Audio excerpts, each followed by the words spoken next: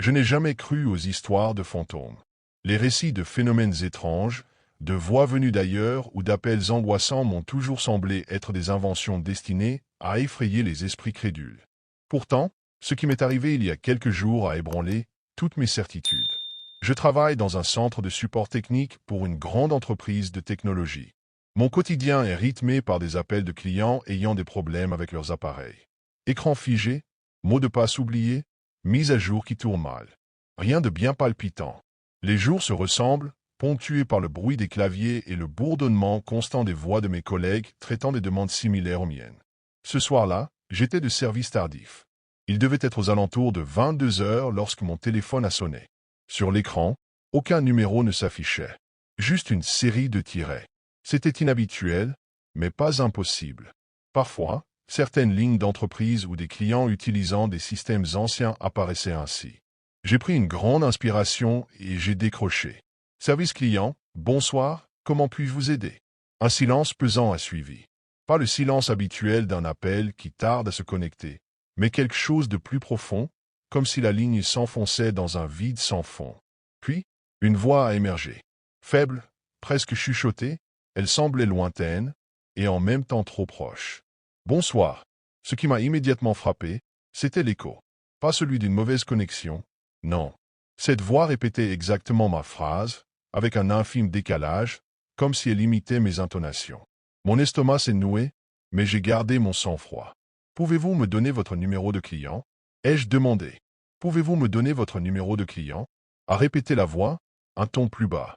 Un frisson a parcouru ma nuque.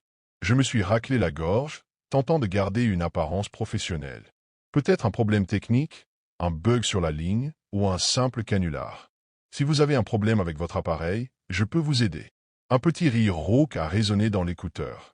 Puis, après un silence glacial, la voix a murmuré. « Tu es sûr? Tu es sûr ?» La façon dont ces mots ont été prononcés m'a fait frissonner. Il y avait quelque chose d'étrange dans cette voix, comme si elle se superposait à elle-même, créant une résonance anormale. Je me suis légèrement redressé sur ma chaise, les doigts crispés sur mon casque. « Qui est à l'appareil » ai-je demandé, essayant d'adopter un ton ferme. Un silence a suivi, puis la voix a répondu, toujours avec ce léger décalage dérangeant. « Qui est à l'appareil » Je sentais mon cœur battre un peu plus vite.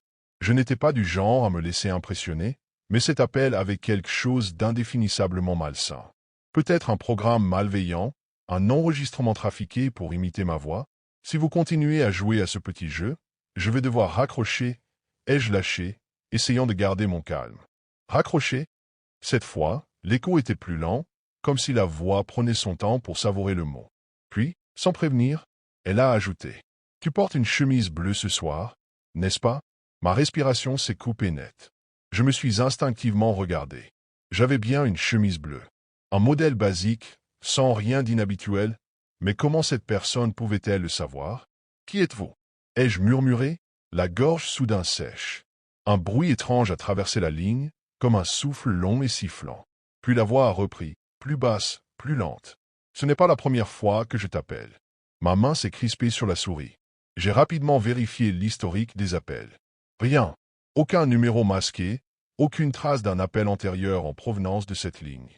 Je ne comprends pas ce que vous voulez dire, ai-je tenté, les nerfs à vif. Bien sûr que si, a répondu la voix, et cette fois, il n'y avait plus d'écho, plus de distorsion. Juste un murmure froid, intime, comme si l'interlocuteur était juste derrière moi. Puis elle a prononcé quelque chose qui m'a glacé jusqu'aux os. « Tu te souviens du chien, celui que tu avais quand tu étais petit, celui qui a disparu. » J'ai senti mon estomac se tordre. J'avais 6 ans lorsque mon chien, Max, avait mystérieusement disparu du jardin de mes parents. Nous avions cherché partout, en vain. Ce souvenir, que je n'avais jamais raconté à personne en dehors de ma famille, remontait à la surface comme un cauchemar oublié. « Qui êtes-vous » ai-je presque crié. Le silence a duré quelques secondes, puis un bruit s'est glissé à travers le combiné. Pas un souffle, ni un grésillement. C'était un bruit de pas, des pas lourds, venant de derrière la porte de mon bureau. J'ai brusquement retiré mon casque et me suis figé. Le bruit était bien réel. Des pas lents, lourds, s'approchant dans le couloir désert du bureau. Mon cœur battait à tout rompre. J'ai tenté de me convaincre qu'il s'agissait d'un collègue qui terminait tard, d'un agent d'entretien. Mais quelque chose n'allait pas. Il était presque 23 heures, et j'étais censé être seul à cet étage. Le couloir était plongé dans une semi-obscurité. Les lumières automatiques ne s'activaient que lorsqu'elles détectaient du mouvement, et pourtant, la seule lueur provenait des écrans d'ordinateur encore allumés.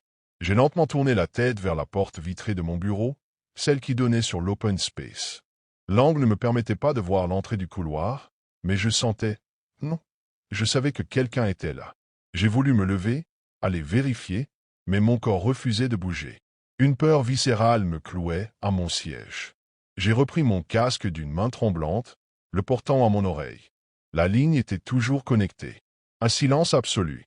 Pas de respiration, pas de grésillement. Juste un vide oppressant. Et puis, la voix est revenue, presque moqueuse. Tu devrais aller voir. J'ai arraché le casque, repoussant ma chaise si brusquement qu'elle a raclé le sol. Mon souffle était court, mon corps tendu. J'ai lentement avancé vers la porte, tendant l'oreille. Plus un bruit. J'ai posé la main sur la poignée, hésitant une seconde avant de l'abaisser doucement.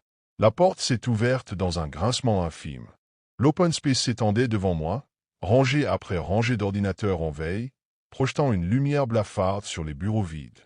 Et puis, mon regard s'est arrêté net. Au bout du couloir, là où l'ombre était la plus épaisse, une silhouette se tenait immobile. Je ne voyais pas son visage. Juste une ombre indistincte, figée dans l'obscurité. Elle ne bougeait pas, mais je savais qu'elle me regardait. Mon souffle s'est bloqué dans ma gorge.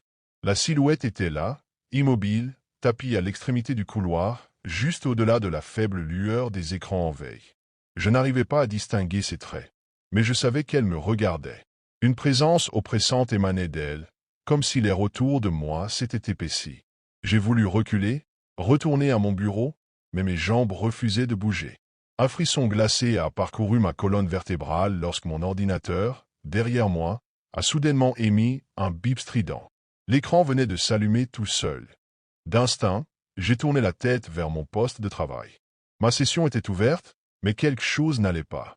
Des fichiers que je n'avais jamais vus s'affichaient sur mon bureau. Des enregistrements audio. Mes mains tremblaient tandis que je déplaçais le curseur vers le premier fichier.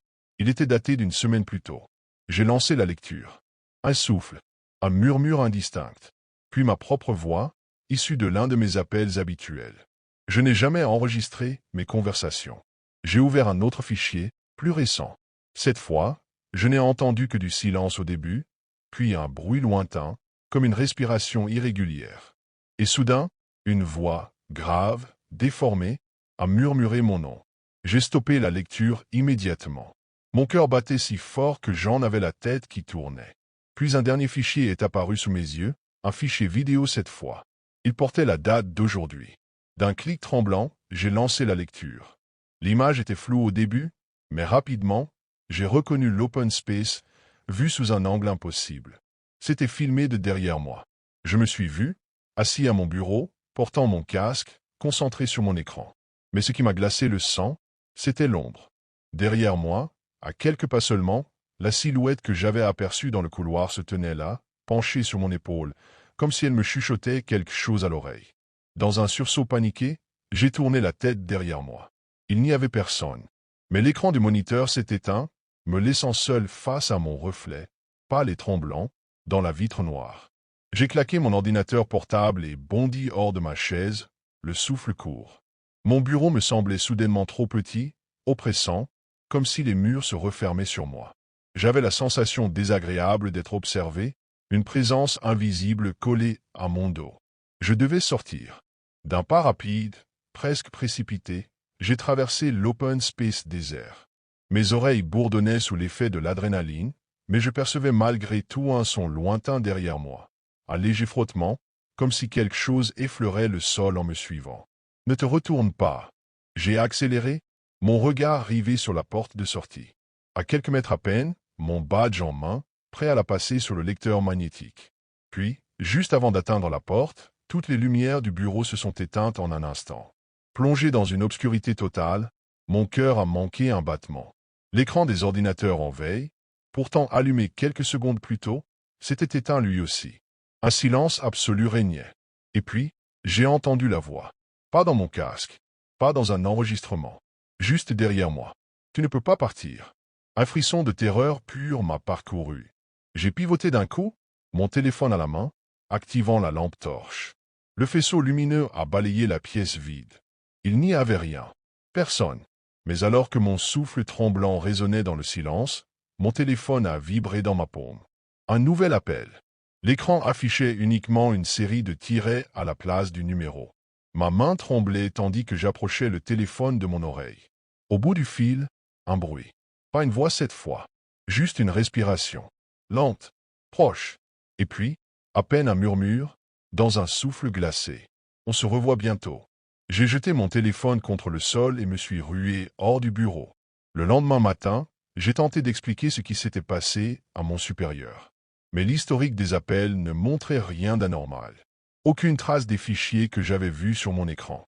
Mon téléphone, lui, avait cessé de fonctionner après l'appel. Rien ne prouvait que c'était arrivé. Mais moi, je savais.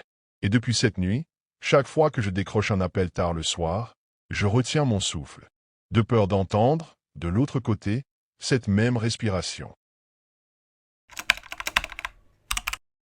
J'avais toujours voulu un nouvel ordinateur portable, mais mon budget était serré. Alors, quand je suis tombé sur cette annonce en ligne proposant un modèle récent à un prix ridiculement bas, j'ai sauté sur l'occasion. Le vendeur répondait rapidement à mes messages, presque trop vite, comme s'il voulait conclure l'affaire au plus vite. Il m'a donné rendez-vous dans un café du centre-ville pour finaliser l'achat. Quand je suis arrivé, il était déjà là, assis dans un coin sombre, l'ordinateur posé devant lui. Un homme d'une trentaine d'années, nerveux, les doigts tapotant frénétiquement la table. Il a à peine levé les yeux vers moi avant de faire glisser l'ordinateur portable de l'autre côté de la table. « Il fonctionne parfaitement », a-t-il dit d'une voix précipitée. « Je n'en ai juste plus besoin. » J'ai voulu poser quelques questions, mais il a rapidement détourné la conversation. « Si ça te convient, on fait l'échange maintenant », a-t-il insisté. Il n'a même pas essayé de négocier quand je lui ai tendu l'argent en liquide.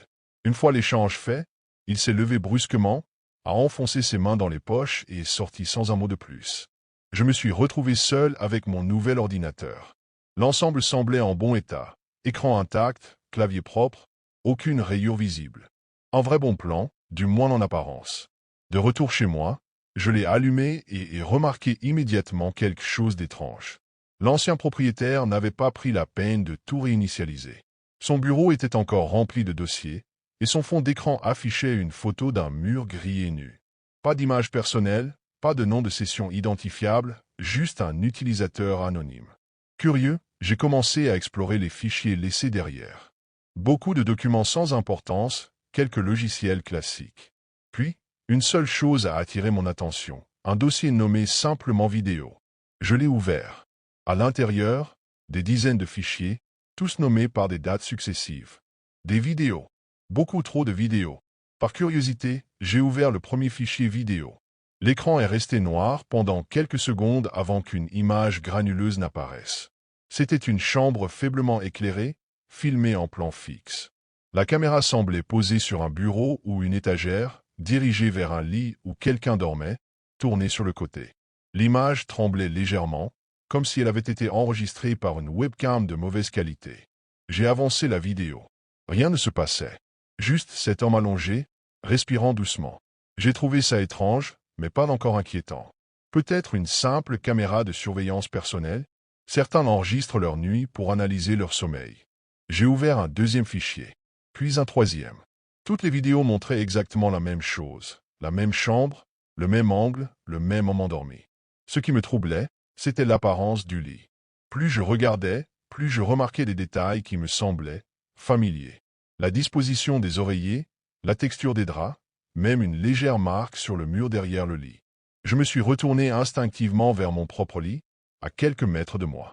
Une drôle de sensation a parcouru ma nuque. C'était identique. J'ai ri nerveusement. Une coïncidence, forcément. Un décor similaire, un ameublement banal. Rien d'étrange.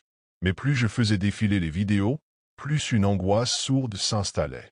J'ai cliqué sur l'un des fichiers les plus récents, enregistré il y a seulement quelques jours. L'homme bougeait légèrement, changeait de position, mais il dormait toujours profondément. J'ai continué à avancer dans les fichiers jusqu'à tomber sur la dernière vidéo. La date. Mon souffle s'est coupé. Elle avait été enregistrée la nuit dernière. J'ai appuyé sur lecture, le cœur battant. L'homme dans le lit semblait plus agité, respirant plus vite. Puis, au bout de quelques secondes, il s'est redressé lentement, s'est assis sur le bord du lit et a tourné la tête vers la caméra. J'ai senti un frisson glacé envahir mon dos. Parce que l'homme dans la vidéo, c'était moi. Le cœur battant, j'ai cliqué sur la pause et suis resté figé devant l'écran. Mon regard fixait la silhouette dans la vidéo, les yeux écarquillés, comme si j'essayais de comprendre ce que je venais de voir. La pièce, l'angle de la caméra, le lit, tout correspondait exactement à ma chambre. Mais ce n'était pas possible. Comment cela pouvait-il être moi dans cette vidéo? Je suis seul chez moi. Je suis rapidement allé fouiller les fichiers vidéo précédents, essayant de rationaliser ce qui se passait. Mais rien n'expliquait cette image. C'était bien mon lit, mon oreiller, mes couvertures. Je pouvais même reconnaître un livre oublié sur la table de chevet, près du lit. Je ne comprenais rien. Je me suis précipité dans ma chambre, comme si je pouvais y trouver une réponse physique, un indice. Mais tout était en ordre. Rien n'avait changé. Je suis revenu dans le salon, l'ordinateur encore ouvert devant moi. Cette dernière vidéo avait été enregistrée la nuit dernière, à une heure précise. Je me suis levé, frénétiquement cherchant à vérifier l'heure exacte où la vidéo avait été filmée. La date et l'heure sur l'ordinateur étaient correctes. Cette vidéo avait été prise quelques heures avant que je ne me réveille, alors que j'étais dans mon lit, inconscient. Le frisson qui me traversa à ce moment-là n'était rien comparé à ce qui suivit. Je n'avais pas rêvé. Je n'avais pas halluciné.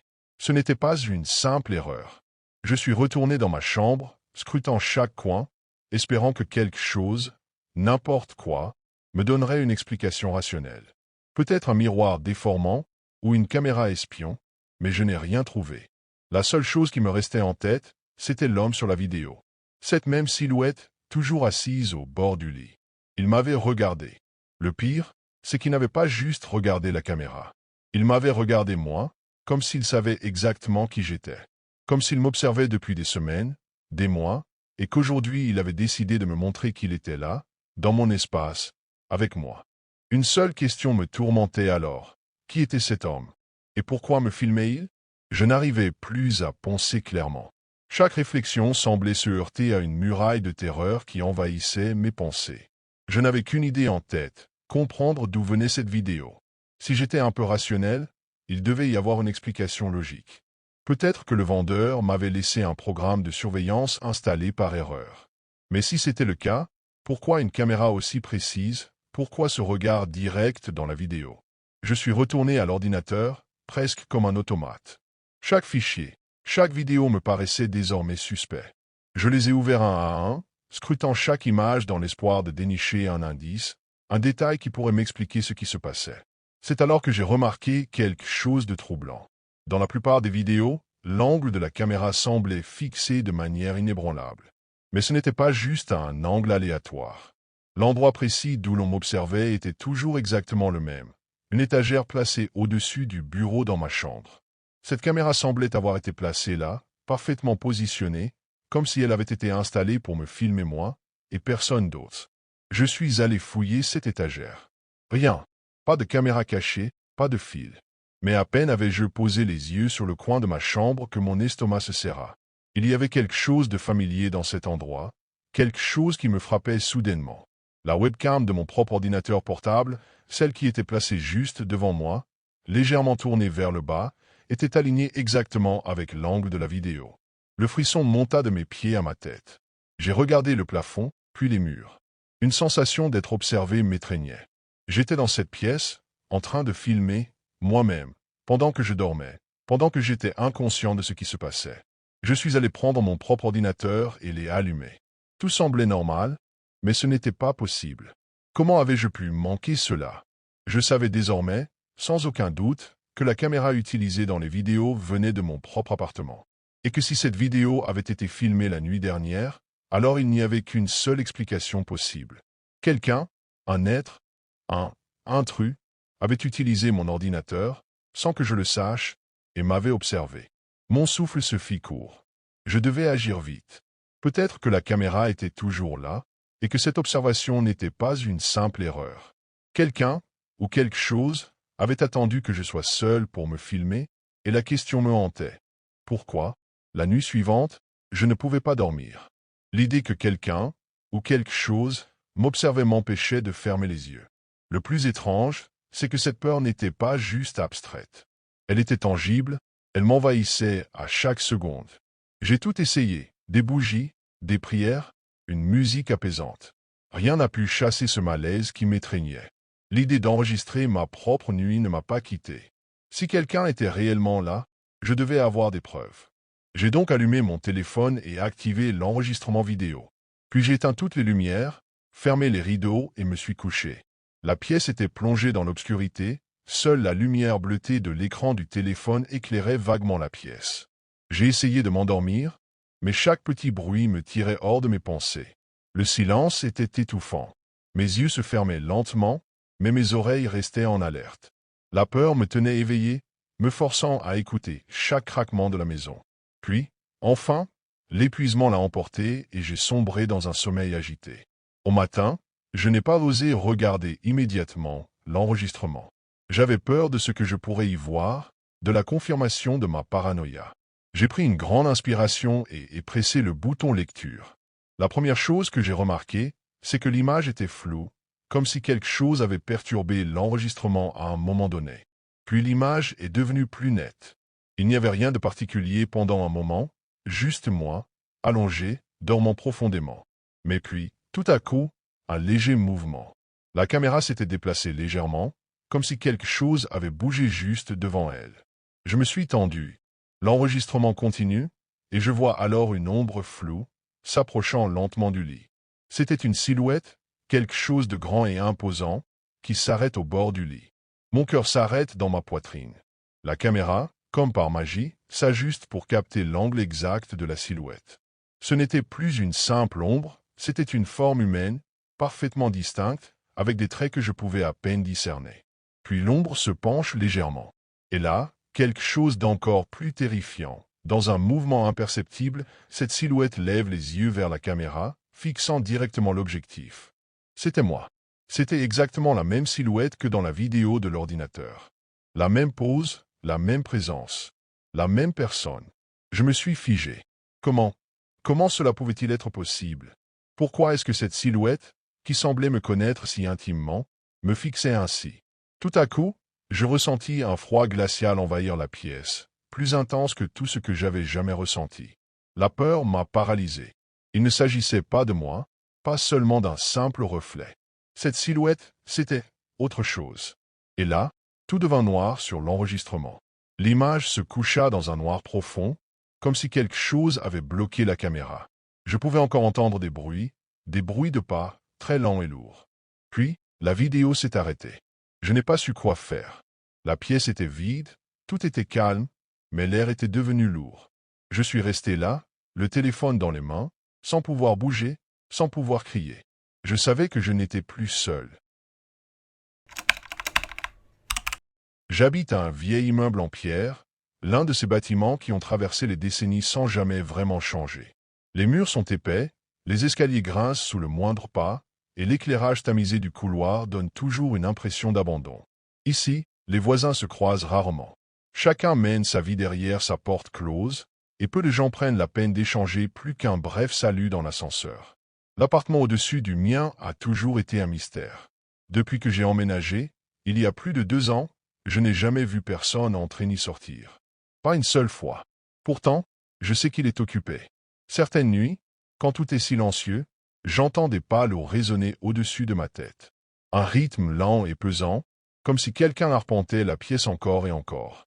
Cela dure parfois plusieurs minutes avant de s'arrêter brusquement, laissant derrière lui un silence oppressant. J'ai d'abord pensé à une personne âgée. Peut-être un retraité solitaire qui ne sort jamais, un homme malade ou trop faible pour descendre les escaliers. Mais si c'était le cas, quelqu'un lui rendrait visite. Non, un membre de la famille, une infirmière, un livreur de courses.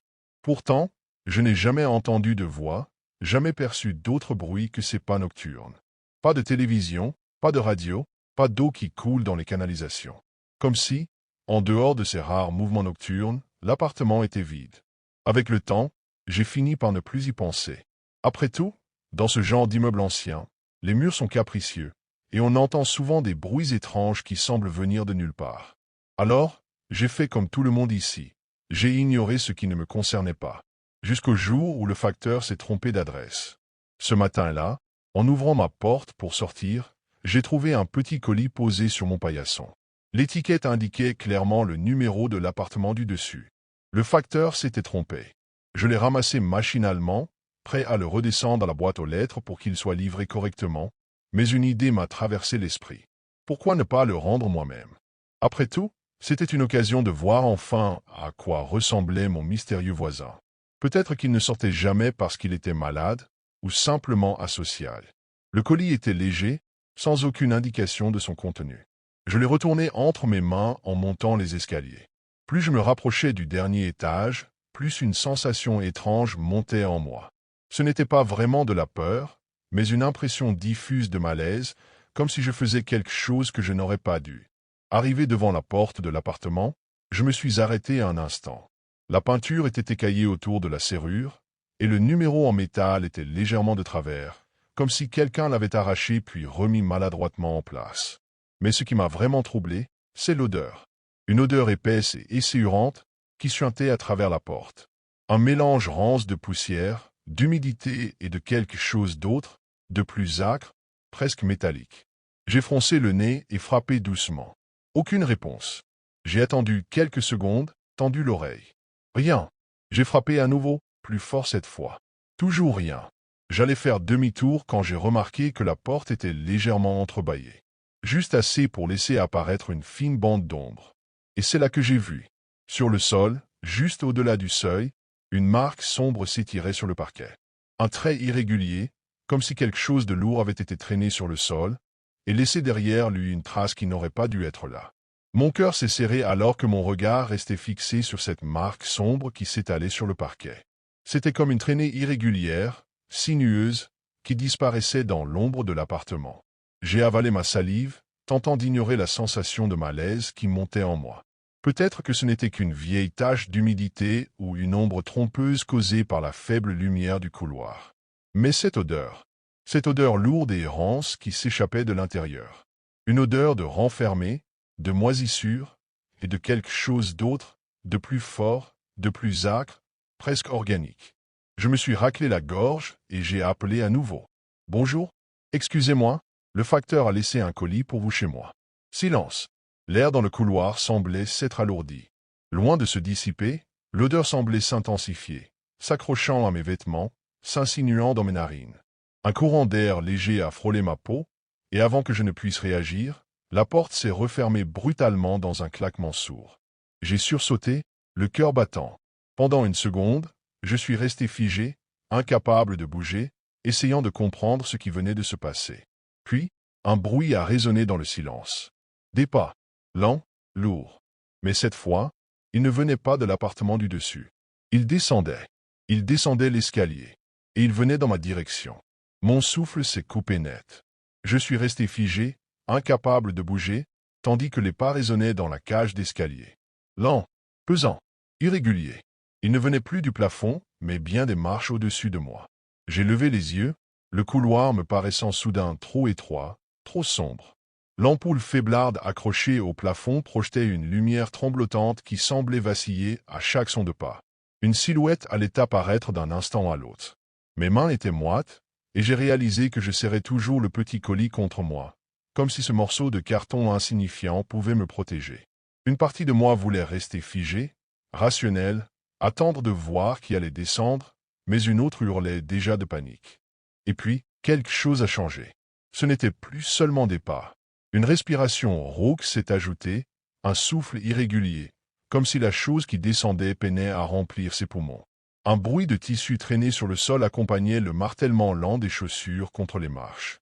Je ne voulais plus savoir. Mon instinct a pris le dessus. D'un mouvement brusque, j'ai fait demi-tour et me suis précipité vers mon appartement. Chaque pas que je faisais semblait résonner aussi fort que ceux qui me poursuivaient.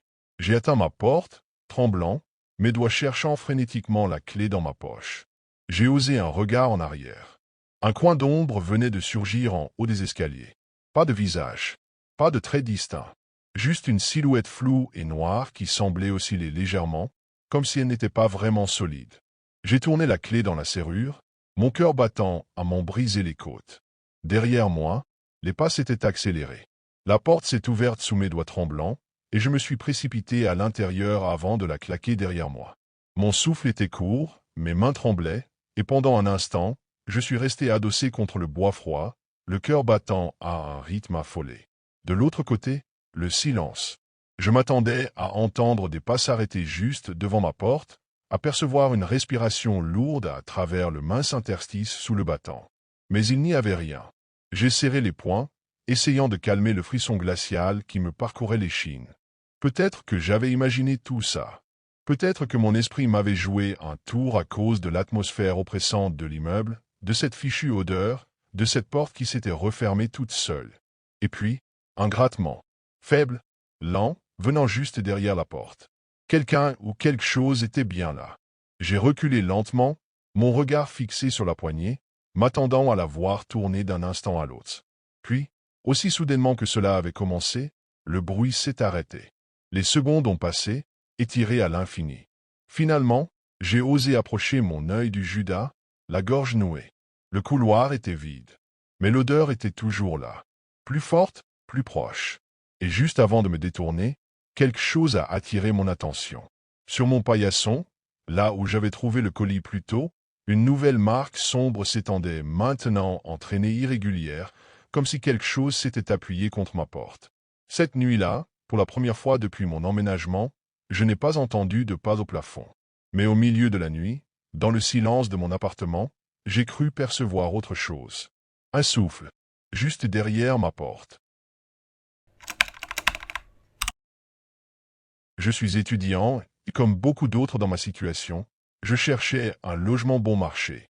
Après des semaines de recherches infructueuses, j'ai finalement trouvé une petite chambre à louer dans un vieil immeuble du centre-ville. Le loyer était ridiculement bas, presque trop beau pour être vrai. Mais à ce moment-là, je ne pouvais pas me permettre d'être difficile. Lorsque j'ai visité l'endroit pour la première fois, j'ai immédiatement remarqué son ambiance étrange. La chambre était minuscule, juste assez grande pour un lit, un bureau et une armoire. Les murs étaient jaunis par le temps, et une légère odeur de renfermé flottait dans l'air. Mais ce n'était pas cela qui m'avait le plus marqué. Non, ce qui attirait vraiment l'attention, c'était le miroir.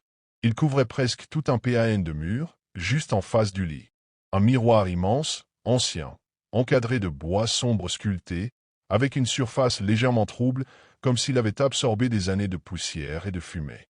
Je me suis demandé pourquoi quelqu'un aurait eu l'idée de placer un miroir aussi grand à cet endroit. L'effet était oppressant. Peu importe où je me trouvais dans la pièce, mon reflet me faisait face. Le propriétaire, un homme d'une cinquantaine d'années, m'a assuré que tout était en bon état. Il m'a tendu les clés avec un sourire un peu trop large et s'est éclipsé rapidement après m'avoir souhaité une bonne installation. Ce soir-là, alors que je posais mes affaires et tentais de me familiariser avec mon nouveau chez-moi, je me surpris plusieurs fois à jeter un coup d'œil au miroir. Quelque chose me dérangeait sans que je puisse expliquer quoi. Je me suis allongé sur le lit, fatigué de ma journée, et ai laissé mes paupières se fermer lentement. La dernière chose que j'ai vue avant de sombrer dans le sommeil, c'était mon propre reflet, allongé dans la même position que moi. Du moins, c'est ce que je croyais. La première nuit, je me suis réveillé en sursaut sans raison apparente. La chambre était plongée dans l'obscurité, seulement traversée par la lumière orangée des réverbères filtrant à travers les rideaux fins. Il régnait un silence complet, à peine troublé par les bruits lointains de la ville endormie. Pourtant, j'avais cette sensation étrange, cette impression désagréable d'être observé. Mon regard s'est instinctivement tourné vers le miroir. Dans la pénombre, je pouvais voir mon reflet, allongé sur le lit, exactement comme moi. Pourtant, quelque chose n'allait pas. Mon cœur s'est serré lorsque j'ai eu l'impression que mon reflet avait bougé une fraction de seconde avant moi.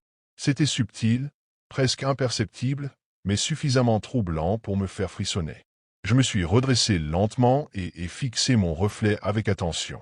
J'ai levé une main, puis l'autre. Tout semblait normal. Peut-être que j'étais juste fatigué, encore engourdi par le sommeil. Mais pour en être sûr, j'ai décidé de tester quelque chose. J'ai fermé les yeux un instant, pris une grande inspiration, puis j'ai tourné brusquement la tête vers le miroir. Rien d'anormal. Mon reflet me regardait, fidèle à mes mouvements. J'ai soupiré, soulagé, et me suis recouché, mais une étrange nervosité s'était installée en moi. Au fil des jours, cette sensation n'a fait que s'amplifier. Parfois, en m'habillant ou en me brossant les dents, j'avais cette impression fugace que mon reflet hésitait, qu'il était en léger décalage avec moi. C'était toujours infime, toujours assez court pour que je puisse le mettre sur le compte de mon imagination. Mais au fond de moi, je savais que quelque chose n'allait pas. Une nuit, alors que j'éteignais la lampe de chevet, je me suis surpris à éviter de regarder directement le miroir. Un malaise diffus s'était installé, grandissant en moi comme une présence invisible qui, lentement, prenait de plus en plus de place. Les nuits suivantes, l'atmosphère dans la chambre est devenue plus pesante.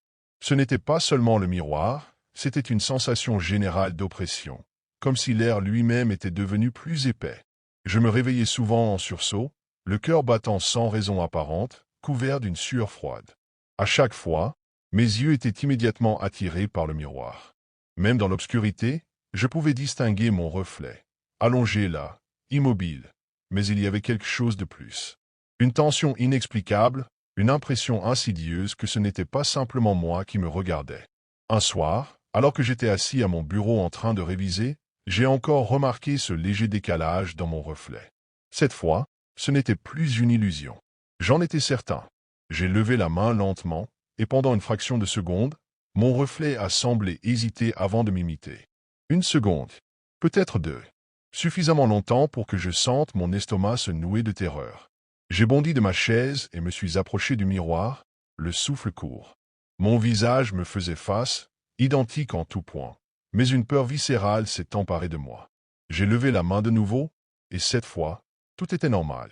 Mon reflet bougeait avec moi, parfaitement synchronisé. J'ai secoué la tête, essayant de me convaincre que je devenais paranoïaque.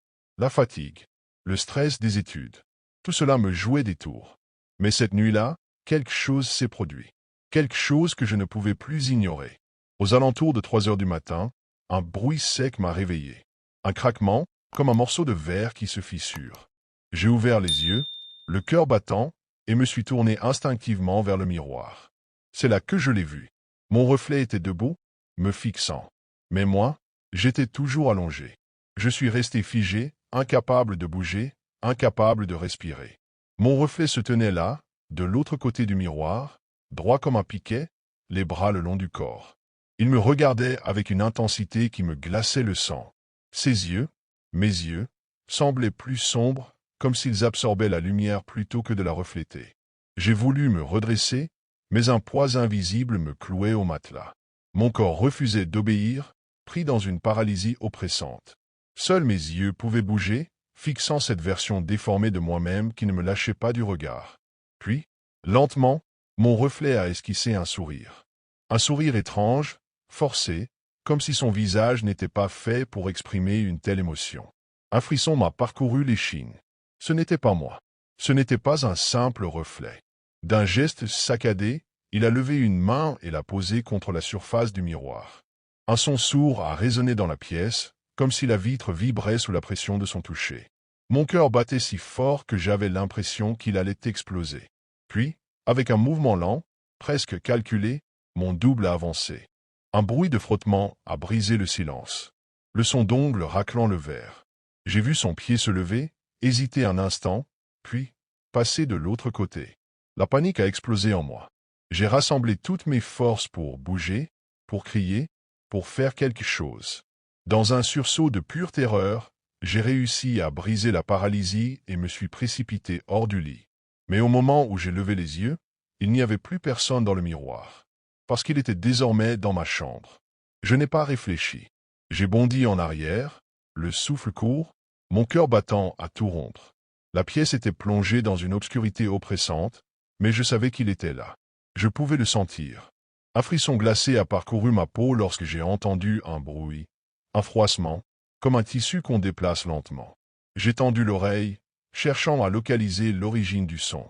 Puis, un murmure, bas, presque inaudible, comme un souffle glissant sur mon oreille. « Tu es enfin réveillé ?» J'ai sursauté, reculant précipitamment jusqu'à heurter le mur.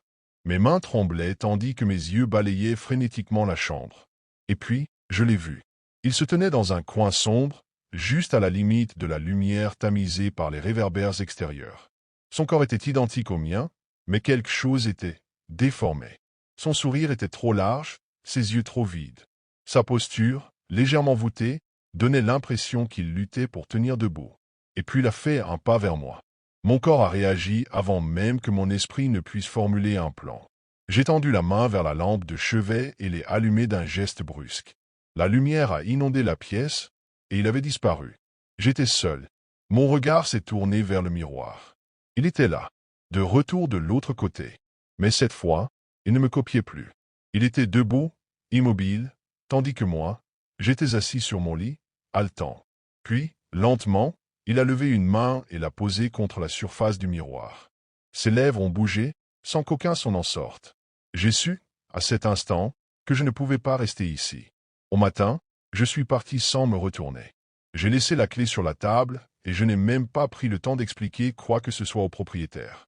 Mais alors que je descendais précipitamment les escaliers, j'ai jeté un dernier regard à la porte de ma chambre. Le miroir était toujours là. Et derrière la surface trouble, mon reflet continuait de me regarder partir. Je suis un utilisateur assidu de Reddit. Depuis environ 5 ans, je partage régulièrement des anecdotes de ma vie, des réflexions personnelles et parfois même des expériences étranges que j'ai vécues. J'aime l'anonymat qu'offre la plateforme, la liberté d'écrire sans retenue, de parler à des inconnus qui, paradoxalement, semblent parfois me comprendre mieux que mes propres amis. Reddit est devenu une sorte de refuge, un endroit où je peux être moi-même sans peur du jugement. Il y a environ une semaine, j'ai commencé à remarquer quelque chose d'inhabituel. Un utilisateur, dont le pseudo changeait constamment, a commencé à commenter chacune de mes publications. Au début, je n'y ai pas prêté attention. Ce n'était pas la première fois qu'un lecteur régulier interagissait souvent avec moi. Mais très vite, ces messages ont pris une tournure inquiétante. Il ne se contentait pas de donner son avis ou de poser des questions, il mentionnait des détails intimes de ma vie, des choses que je n'avais jamais écrites nulle part. Il savait où je travaillais, bien que je n'ai jamais révélé le nom de mon entreprise. Il connaissait la couleur exacte de ma voiture, alors que je n'avais jamais posté de photo d'elle. Une fois, il a commenté sous une histoire que j'avais écrite. « Tu devrais arrêter de boire autant de café, ce n'est pas bon pour ton cœur. » Je venais littéralement de poser ma tasse encore chaude sur mon bureau. J'ai essayé de me convaincre que c'était une coïncidence. Peut-être que quelqu'un que je connaissais dans la vraie vie lisait mes publications et s'amusait à me faire peur. Pourtant, plus les jours passaient, plus les messages devenaient précis. Ce n'étaient plus seulement des informations générales. Il savait des choses impossibles à deviner. J'ai commencé à devenir paranoïaque. À chaque nouveau commentaire, mon cœur battait plus vite, mes mains devenaient moites. Je relisais mes anciennes publications, cherchant un indice, une explication logique. Peut-être avais-je laissé échapper, sans m'en rendre compte, des informations permettant à quelqu'un de me retrouver, mais rien ne collait. Puis, un soir, alors que je parcourais distraitement Reddit depuis mon téléphone, une nouvelle notification est apparue. Un commentaire sous mon dernier post. Je me demande pourquoi tu portes toujours ce vieux t-shirt gris pour dormir. Il est usé? Non? Mon sang s'est glacé. J'étais seul dans mon appartement, assis sur mon lit, habillé exactement comme il l'avait décrit. J'ai levé les yeux, le souffle court. La porte de ma chambre était fermée, les rideaux tirés. L'unique source de lumière venait de l'écran de mon téléphone, projetant une faible lueur sur mes draps froissés. C'était impossible. Mon esprit s'est emballé. Il existait bien des moyens de pirater un appareil, d'accéder à la caméra d'un téléphone, mais je n'avais jamais installé d'application douteuse ni cliqué sur des liens suspects. Et même si c'était un piratage, comment pouvait-il savoir que j'avais ce t-shirt précis ce soir-là? J'ai bondi hors du lit et j'ai fouillé chaque recoin de ma chambre, ouvrant précipitamment le placard, scrutant sous le lit. Mon appartement était minuscule, impossible que quelqu'un s'y cache sans que je le remarque. Le commentaire a eu son effet, je me suis senti épié, exposé. Un sentiment de vulnérabilité que je n'avais jamais connu auparavant. Je devais réagir. Cette situation devenait insupportable. La première chose que j'ai faite, c'est essayer de bloquer le compte. Mais à peine l'avais-je fait qu'un nouveau commentaire est apparu, provenant d'un autre pseudonyme. « Pourquoi tu me bloques? C'est vexant. » J'ai bloqué ce compte aussi. Puis un autre. Et encore un autre. Chaque fois que je pensais m'en être débarrassé, il revenait avec un nom différent, comme une ombre insaisissable qui refusait de disparaître. J'ai tenté de signaler l'utilisateur à Reddit, mais sans grand espoir. La plateforme met du temps à traiter ce genre de requêtes, et je savais qu'il pouvait simplement créer un énième compte pour continuer son manège. Alors, j'ai changé toutes mes informations personnelles, mot de passe, adresse email, j'ai activé l'authentification à 2 facteurs. J'ai même arrêté de publier sur Reddit, espérant qu'en cessant toute activité, il finirait par se lasser. Mais il ne s'est pas lassé. 3 jours plus tard, en plein après-midi, alors que je travaillais sur mon ordinateur, une nouvelle notification est apparue. Un message privé cette fois. J'aime bien ce pull bleu. Il te va bien. J'ai senti mon cœur s'arrêter. Je portais un pull bleu. Ce jour-là, chez moi, devant mon écran. Je n'avais posté aucune photo, je n'avais rien partagé en ligne. J'ai coupé mon ordinateur d'un geste brusque, me levant si vite que ma chaise a basculé en arrière. Mon regard a parcouru la pièce, la respiration saccadée. Quelqu'un m'observait. Et ce n'était plus une simple présence virtuelle. Ce soir-là, après une journée remplie de messages inquiétants, j'ai décidé de me coucher tôt. La fatigue m'envahissait, mais l'angoisse persistait. Je n'arrivais pas à oublier cette sensation étrange, comme si quelqu'un était là, juste derrière moi, m'observant en silence. La lumière de ma lampe de chevet projetait des ombres longues et déformées sur les murs de ma chambre, et j'avais l'impression que ces ombres bougeaient, comme si elles étaient animées par une volonté propre. Je me suis allongé sous les couvertures, les yeux fixés sur le plafond. Le silence de la nuit était presque étouffant. J'ai pris mon téléphone et, par réflexe, je l'ai vérifié. Rien de nouveau, à part un message de cet utilisateur. Ne t'inquiète pas, je suis déjà là. Mon sang s'est glacé en lisant ces mots. Mon esprit a fait une pause, puis le froid a envahi tout mon corps. J'ai senti un frisson parcourir ma colonne vertébrale. Je n'ai pas voulu y croire, mais mes yeux se sont dirigés instinctivement vers la porte de ma chambre. Elle était ouverte, légèrement, comme si quelqu'un venait de la pousser. J'étais sûr de l'avoir fermée avant de me coucher. J'étais certain. Mon cœur battait de plus en plus fort dans ma poitrine. Je n'osais pas bouger, comme si l'air même de ma chambre devenait lourd, suffocant. Je voulais crier, mais aucun son ne sortait de ma bouche. Je suis resté là, immobile, fixant cette porte ouverte, incapable de comprendre ce qui se passait. Le téléphone vibre à nouveau. Une nouvelle notification. Mais je ne pouvais pas la lire. J'étais paralysé, le regard rivé sur l'ombre qui se dessinait dans l'encadrement de la porte.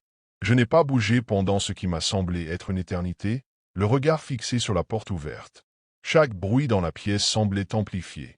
Chaque respiration semblait plus forte, comme si la moindre de mes pensées pouvait éveiller quelque chose. La lumière de ma lampe vacillait légèrement, jetant des ombres encore plus inquiétantes autour de moi. Je me suis forcé à respirer lentement, mais mon souffle était devenu saccadé, presque inaudible. Puis, soudainement, une vibration. Une autre notification sur mon téléphone. Je l'ai attrapé, les mains tremblantes, presque comme si je n'avais pas vraiment envie de savoir ce qu'il y avait dedans.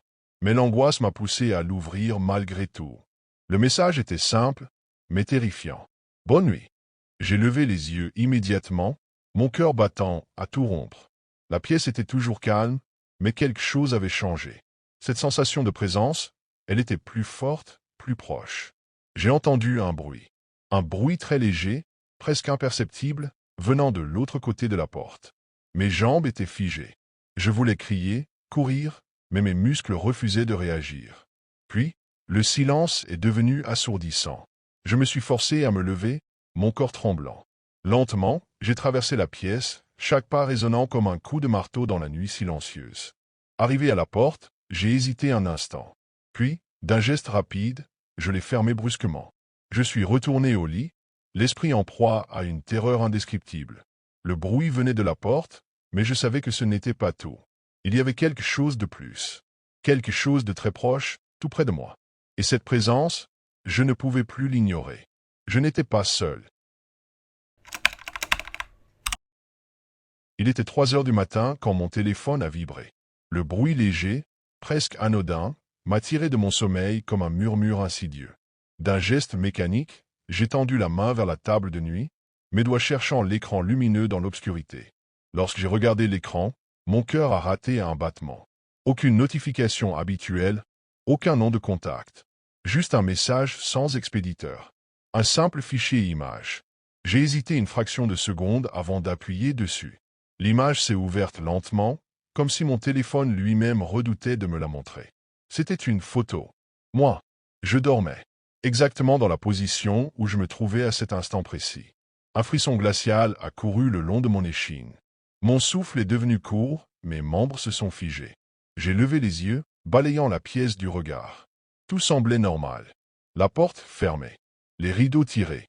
Le silence pesant. Mon téléphone a vibré de nouveau. Un autre message. Cette fois, une simple phrase. Ne bouge pas. Mon cœur s'est emballé. Une chaleur glaciale a envahi mon corps, comme si mon sang s'était transformé en glace. Mon premier réflexe a été de me redresser, de bondir hors du lit, de fuir. Mais les mots s'inscrivaient encore sur l'écran, brûlant mes rétines. Ne bouge pas. C'était un ordre, clair, impératif. Mes muscles se sont tendus sous l'effet de l'adrénaline, mais je suis resté figé. Mon regard scrutait l'obscurité, fouillant chaque recoin de la chambre à la recherche d'un indice, d'un mouvement imperceptible, d'une ombre qui ne devrait pas être là. Rien. Juste ce silence oppressant, ce vide qui semblait me narguer. Pourtant, une sensation étrange s'emparait de moi. L'intuition sourde, primitive, qu'on m'observait. J'ai essayé de rationaliser. Peut-être une mauvaise blague? Un ami qui voulait me faire peur?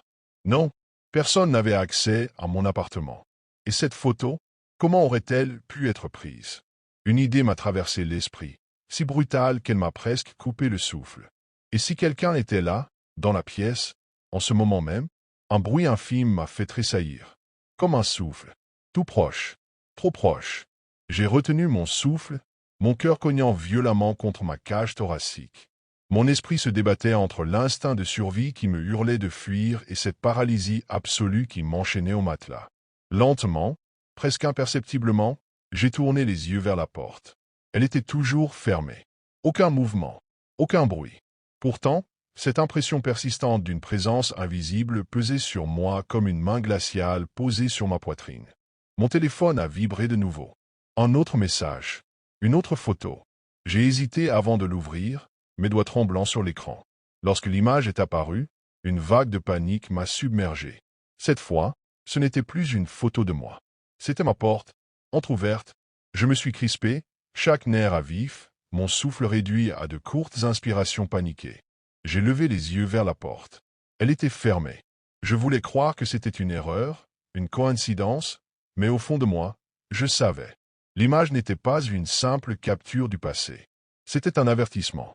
La prochaine fois que je regarderais, est-ce qu'elle serait toujours fermée? J'avais l'impression que le temps s'étirait, que chaque seconde pesait une éternité. Mon corps était tendu à l'extrême, mon souffle court, mes oreilles en alerte maximale. Le silence n'était plus seulement oppressant, il était chargé, comme si quelque chose, quelqu'un, se trouvait juste au-delà de ma perception, tapi dans l'obscurité. Mon téléphone a vibré encore une fois. Cette fois, ce n'était pas une photo. C'était un fichier audio. Ma gorge s'est serrée. J'ai dégluti avec peine, une sueur froide coulant le long de ma nuque. J'aurais pu ignorer ce message. J'aurais dû l'ignorer. Mais mes doigts tremblants ont appuyé sur la lecture avant même que mon cerveau ne puisse m'arrêter. D'abord, un souffle. Léger, régulier. Le mien. Puis, un autre. Plus grave. Plus lent. Juste derrière moi. Mon sang s'est glacé. Impossible. J'étais seul. Je devais être seul. J'ai fermé les yeux un instant, espérant que c'était une hallucination, un cauchemar dont j'allais me réveiller. Mais lorsque j'ai rouvert les paupières, un nouveau son a brisé le silence. Le craquement du parquet. Quelque chose se déplaçait dans ma chambre. Mon estomac s'est noué dans un nœud de terreur pure. Mon corps entier hurlait de fuir, de courir, mais j'étais figé, incapable du moindre mouvement. Mon téléphone a vibré une dernière fois. J'ai baissé les yeux vers l'écran, ma vision brouillée par la panique. Un dernier message. 3 mots. Ferme les yeux. Ma gorge s'est serrée. Mon souffle était incontrôlable, saccadé, alors que mes yeux restaient obstinément ouverts, fixés sur l'obscurité oppressante de ma chambre. Un autre craquement. Plus proche. Puis un murmure. À peine audible, mais si distinct qu'il a glacé mon sang. Obéis. Mes doigts se sont crispés sur le drap. Quelque chose était là. Tout près. Je pouvais le sentir. J'ai voulu lever la tête, tourner le regard, mais l'obscurité semblait plus dense, comme si elle absorbait ma vision. Un souffle chaud a effleuré mon oreille. Puis, le noir total. Le silence. Le matin, quand j'ai rouvert les yeux, la porte de ma chambre était grande ouverte. Et mon téléphone, posé sur ma poitrine, affichait une nouvelle photo. Une image de moi, les yeux fermés,